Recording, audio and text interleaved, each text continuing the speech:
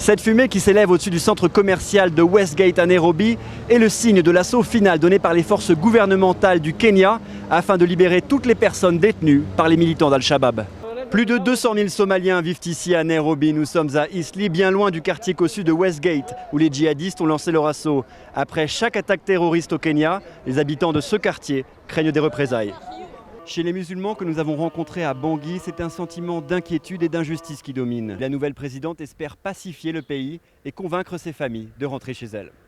Je peux vous confirmer la mort d'un soldat ukrainien ici à Simferopol en Crimée, un soldat ukrainien qui était dans une base militaire. La situation pour les militaires ukrainiens en Crimée était intenable. Ils ne pouvaient plus rester ici parce que les soldats russes sont en majorité et parce qu'ils ont des armes plus sophistiquées. Ils disposent du soutien d'une grande partie des habitants de la péninsule. Cette image frappante, c'est vraiment celle des militaires ukrainiens qui étaient coincés dans leur base. Ils étaient encerclés, ils dépendaient de l'extérieur pour pouvoir se nourrir. Et puis il y avait deux couches de gens qui les empêchaient de sortir. Il s'agissait de miliciens pro-russes et de l'armée russe qui était beaucoup mieux équipée qu'eux avec des véhicules blindés. Donc on devait faire les interviews, si vous voulez, à travers une grille, à travers un grillage, ce qui était quand même particulièrement humiliant pour les militaires ukrainiens. Malgré la présence de nombreux clients en ce week-end de printanier à Yalta, les restaurateurs et hôteliers que nous avons rencontrés ici sont inquiets. Ils attendent néanmoins le début de la saison touristique pour mesurer l'impact concret des changements politiques en Crimée. Ces déclarations toutes simples mais tellement fortes qu'ils se disaient, ils étaient tout simplement contents de pouvoir marcher et de pouvoir regarder le ciel. Ben Barnier. Malgré les apparences, cet Ukrainien n'est pas un militaire. Il appartient à un régiment de réservistes non officiels. Émus par l'annexion de la Crimée, ils veulent apprendre à manier le fusil.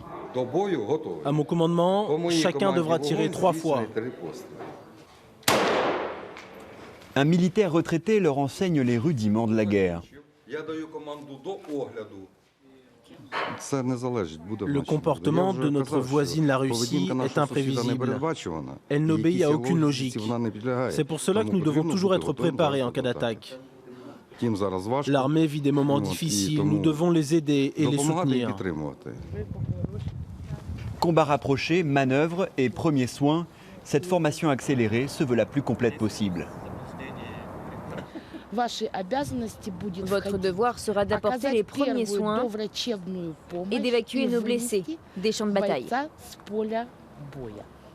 Qu'il s'agisse d'essayer de récupérer la Crimée ou de se préparer à une attaque sur le front de l'Est, ces apprentis soldats pensent qu'ils ne peuvent compter que sur eux-mêmes pour repousser les Russes.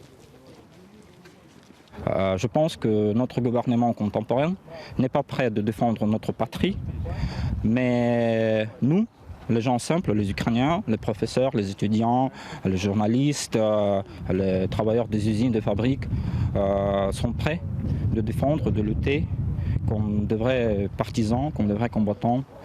Selon le commandement de cette base, des milliers de citoyens ordinaires souhaiteraient apprendre à utiliser les armes pour défendre leur pays. Mais pour l'instant, ils n'ont pas les ressources nécessaires.